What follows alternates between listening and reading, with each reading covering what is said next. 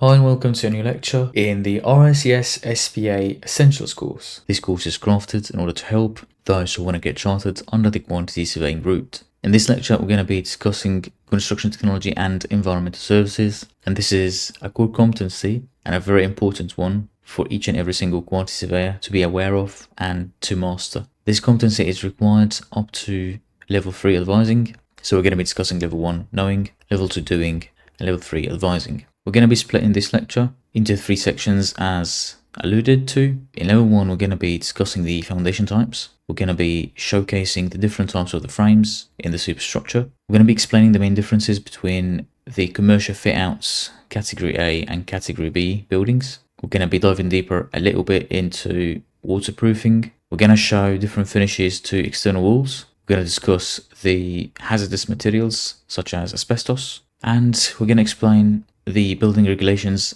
here in the UK, and you can do your own research in your country of practice. We're going to be showing different MAP systems that could be installed in buildings. We're going to be expanding a little bit on the modern methods of construction, in addition to the passive house and how you can improve the design of the house to improve the ventilation in it. We're going to be also discussing structural insulated panels, which are some forms of the modern methods of construction, and they can massively improve the heat performance of the building. And we're going to be expanding on sustainable urban drainage systems, better known as the SUDs. And we're going to end level 1 by some notes that quantity surveyors will have to be aware of. Then we're going to be moving to level 2, which is doing. And in level 2, which is doing, the best way to tackle it is to provide a couple of them examples about how the candidate can write this area of competence up to level 2 within their APC submission, and we're following the same strategy in level 3 by providing a couple of them examples.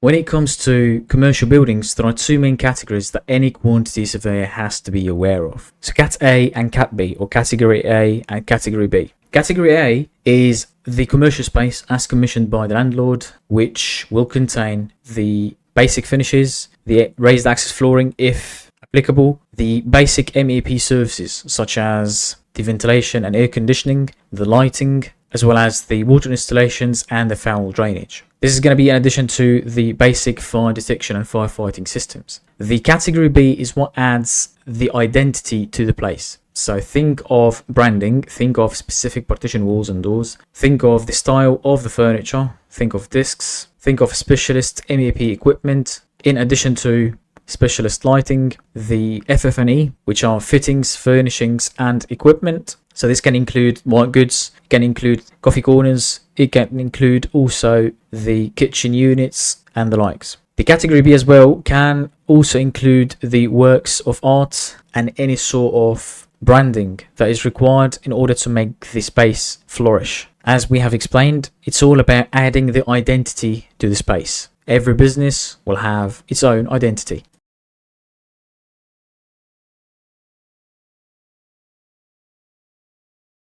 And now we're reaching level 3, which is advising, and I think the best way to tackle it is by providing a couple of examples about how you can write your RICS EPC submission for this specific area of competence up to level 3. So the first example is about an educational project, and the quantity surveyor started working on this project after RIBA stage 3, which is coordinated design, and in RIBA stage 4, which is detailed design, the client wanted to explore a couple of them options concerning foundations and cladding. So in this specific project, the quantity surveyor advised on a couple of them options for the foundations based on understanding the design requirements and the loads applied to the building. These 2 options were isolated footings and thin raft. So the quantity surveyor would normally take into account the constructability of the proposed options in addition to the prices of these 2 options. And for the external cladding on this specific project, it was a game of comparing and contrasting between the classic blockwork and the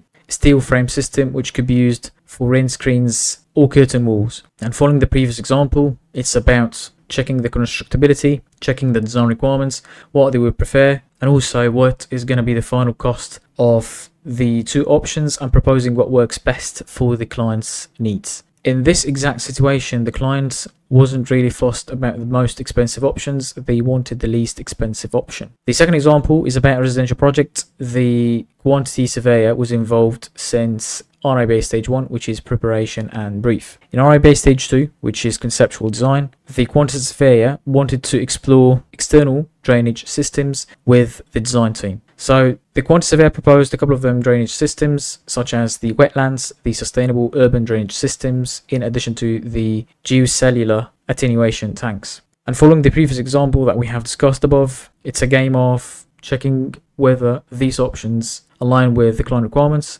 how constructible these options are, and what is going to be the time and cost impact of these options. And in this specific case, the client had a large enough area to accommodate wetlands, because attenuation tanks, they could be used when there is a congested space and surface water need to be stored for some time before being released to water courses. And that saved time and money to the client, and the client is happy. And this is all for this video, which is meant to be an extended trailer or a teaser. And if you want to have full access to the full length, the recorded videos, the notes, the presentations, and the question and answer banks, do not hesitate to get enrolled on the APC Essentials course on the APC Mastery Path web portal. And you can make the best use of a coupon code, which is APC35, for a 35% discount. All the best in your APC journey. Thanks a lot for watching, and catch you in the next video.